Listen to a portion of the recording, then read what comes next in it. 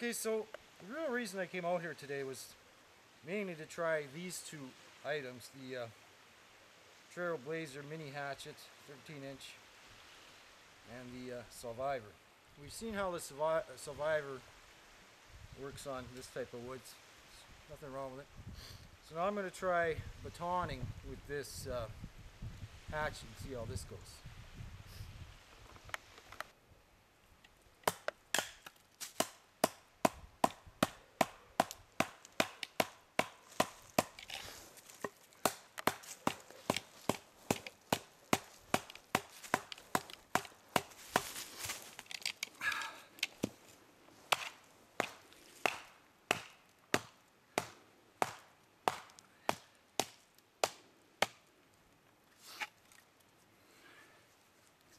This wood's awfully sappy.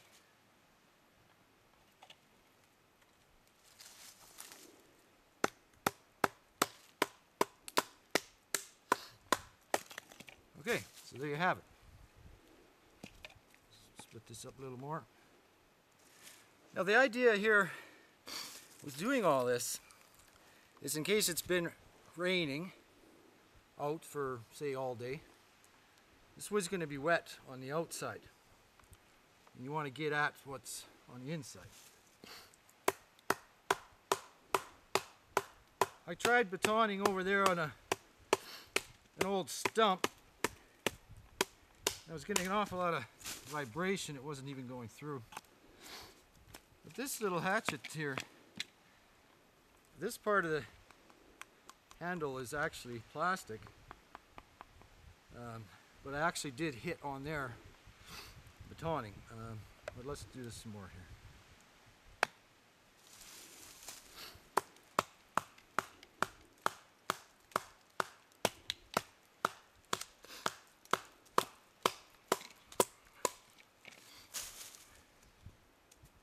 Yeah, that's nice and dry on the inside.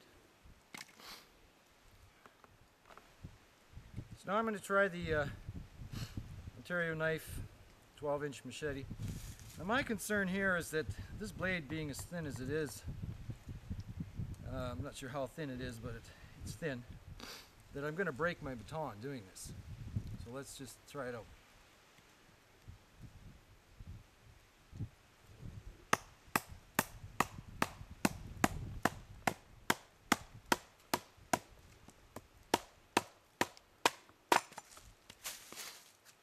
That went through that like nothing.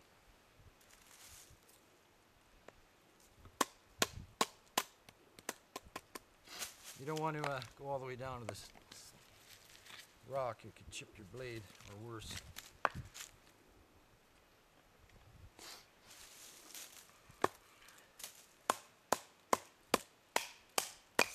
Ah, there goes my baton.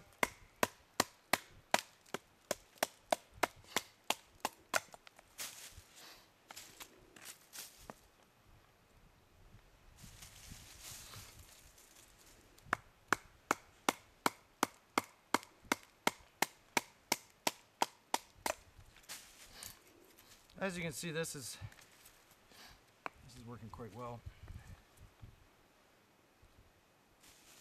I did break my baton, but I still got enough here.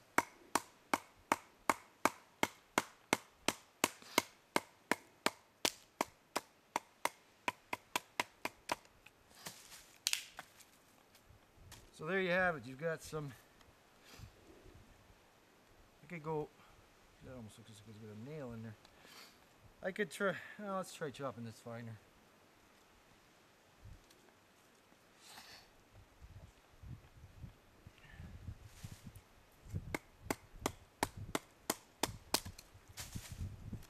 This is it. This would be like kindling to get your emergency fire going.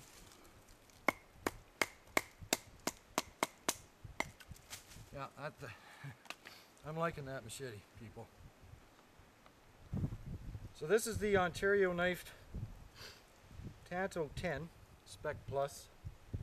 It's got a 1/4-inch thick blade, which hopefully is going to save my baton. Let's see. This knife has never cut anything, by the way. I like the fact it's got such a long blade and that thickness. It's almost like a small machete, but in a pinch it could be used as a weapon, a rather lethal one, I might add.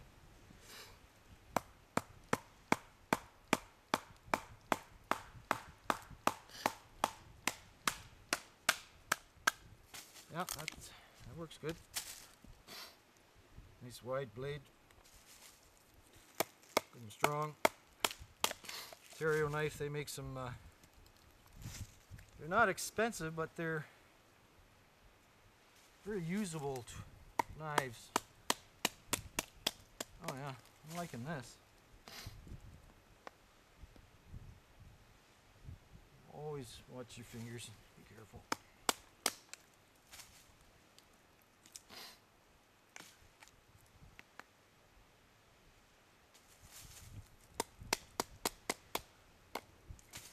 Yeah, that's a useful tool. Nice and light. It's got a good forward weight to it for really biting into whatever you're doing. I don't know if I would,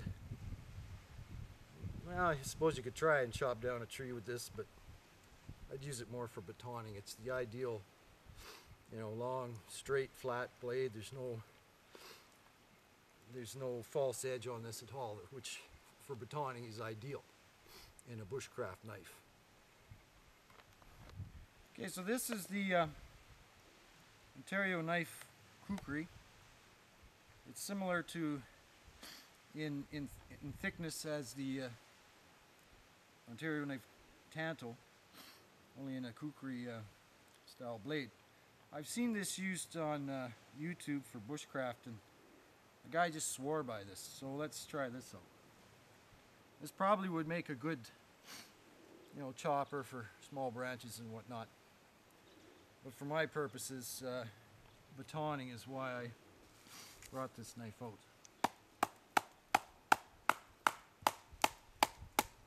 Oh yeah, that works even better than the tanto.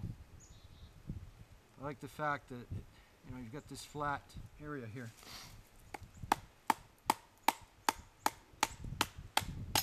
Oops, put the rock there, that's not good for it.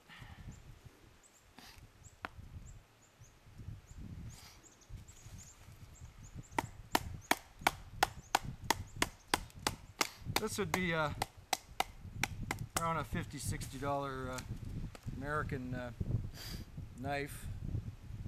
I purchased this through a distributor here in Canada. I love Ontario knives. I love how durable they make them and whatnot. So this is the K-Bar 8-inch camper's knife. It's got a recurved blade on it. It's flat on the length of the blade. I've also seen this one as a favorite of many YouTube bushcraft users. So let's give this a whirl. This knife again has never been used.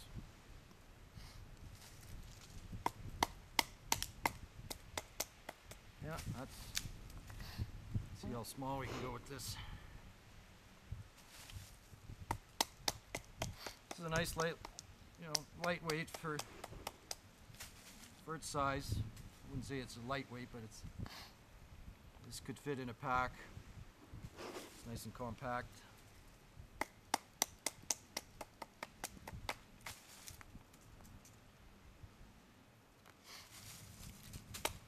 Oh geez, that just goes like crazy.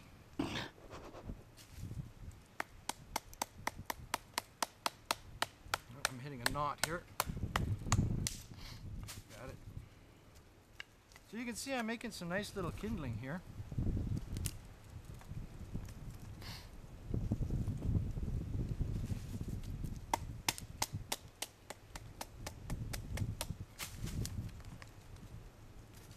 Some a little thicker.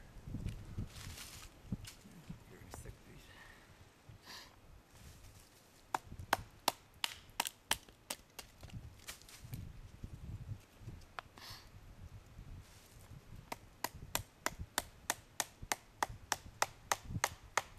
Another knot.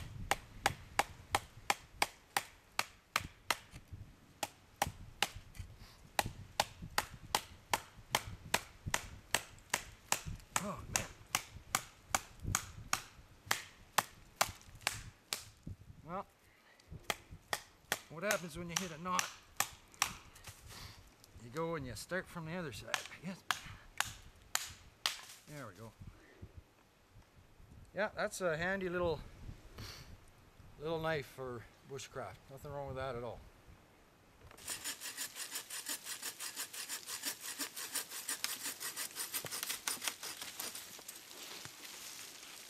My other baton broke on me, which is going to happen anyhow. So I'm going to cut myself another one.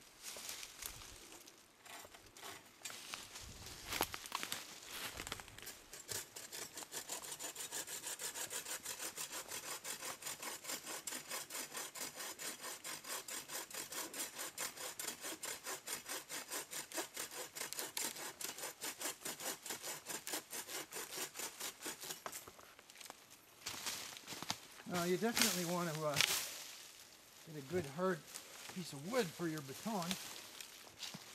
This is birch. Don't know how long this tree has been down. It seems pretty hard for batoning with, so that's a good thing. I'm going to go a little longer on this guy.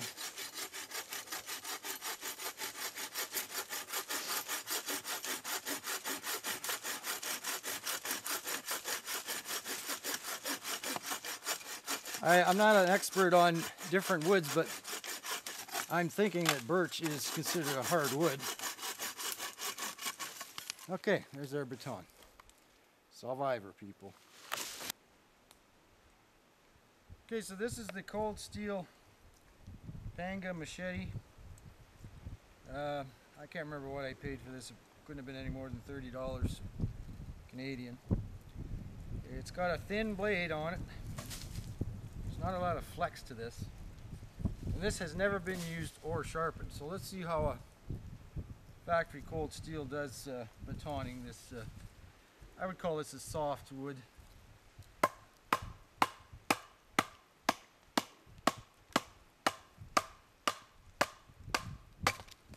Oh, that works well. Never been sharpened, never been used. Actually a bit of a knot there. Well, that really goes through that. I guess because of its thin blade, that really goes through. I kind of like the upsweep on this blade. You could, put it like this, really get a good bite, and actually keep yourself far away from the job. Nothing wrong with that machete. They're cheap. They're made in South Africa. But, cold steel knives are, you get what you pay for, but I'm not saying they're junk, but they have some really good knives, and, the higher up knives obviously are going to be better than a lower knife, but this shows that, you don't got to go break the bank to get a good, decent machete.